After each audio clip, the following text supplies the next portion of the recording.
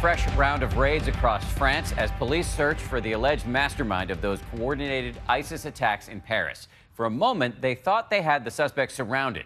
It turned into a deadly showdown, and ABC's Matt Gutman was right there.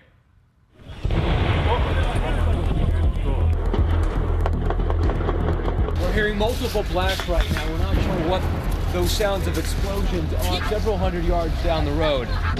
We're in the middle of a terror takedown. There's another one. Police have been mounting their presence here as those explosions sound out. A raid, French police say, that neutralized the terror team on the brink of another attack. Just before dawn, gunfire and explosions.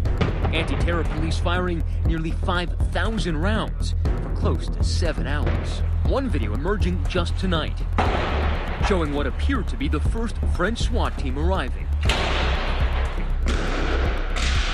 and entering this suburban apartment building. On the third floor, an alleged ISIS safe house. Police received intelligence through surveillance and cell phone data that the alleged mastermind of the terror attacks, 27-year-old Abdelhamid Aboud, was hiding inside. They moved in using snipers, grenades, and assault rifles to crack open the reinforced door. But once police got inside, they were met with return fire.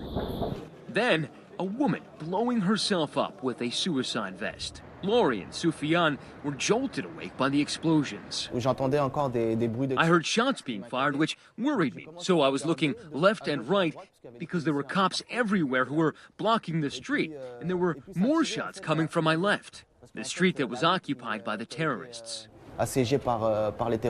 Sabrine, another resident, lived just one floor below the safe house.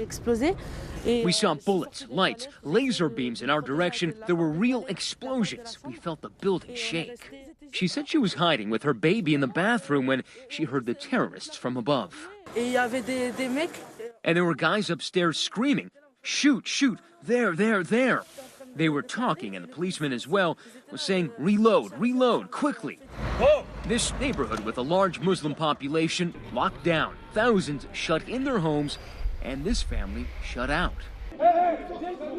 We witnessed the tension boiling over when these two young men clashed with gun-wielding officers trying to cross a blocked street in the middle of the siege. Increase its presence. Clearly, they're very jittery right here. We arrived at the scene just after the shooting started. They continue to push us back because something is still going on back there.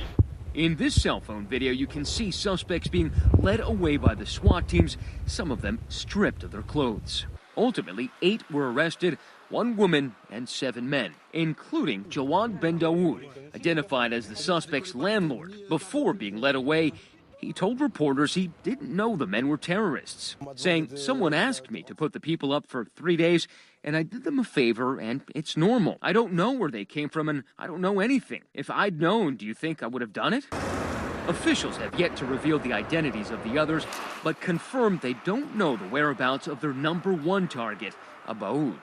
Tonight, police combing the bombed-out apartment, searching for clues and signs of the missing jihadist. You can see the forensics teams and their headlamps in that building. You can also tell how much firepower security forces poured into it, and we were here listening to it. Dozens and dozens of bullets, all those explosions, the top facade full of bullet holes, all the windows are blown out. Forensics teams going into an apartment like this are looking for fingerprints of other individuals who were not present when the raid occurred to see if they can find traces to other people. Fingerprints, hair samples, anything that would lead them to a broader network of contacts. It's all part of a major crackdown in France and Belgium. This raid, just one of over 400 since Friday's attacks, that resulted in 64 arrests. And tonight, French prosecutors revealing new intel. Texts from cell phones found in the trash outside the Bataclan Theater. On one of those phones, a message to a member of the terror cell at 9:42 p.m. saying, "We're ready. Let's go." Intel that the U.S. will also be reviewing closely. Just tonight, ISIS issued a renewed warning against the United States. These images pulled from a propaganda video that appears to show an ISIS fighter with Times Square behind him. This threat against New York City coming just 48 hours after a similar one against Washington, D.C. This city places great importance on the safety of New Yorkers and the almost 60 million visitors who will come to the city. We will not be intimidated, and we will not live in fear. Paris already attacked, France forced to declare what President Hollande called a war against the terrorists. Marking day 4 of withering airstrikes on ISIS targets. Russia launching strikes of its own, already destroying numerous ISIS oil depots and command centers. The bombing started when President Vladimir Putin confirmed that a downed Russian jet in Egypt was the work of ISIS operatives. The terror group today proudly displaying an online post claiming this is exactly how they brought down that aircraft. A bomb in a soda can. They say they smuggled a Schweppes tonic can stuffed with explosives, possibly ignited by this small detonator with a blasting cap stuck down the can. Wired to this, the switch with a timer hidden behind the black tape. It has the components necessary, a power source, which is what we believe is wrapped up inside the tape, a switch to control the function, a detonator, and an explosive charge, which was in the can.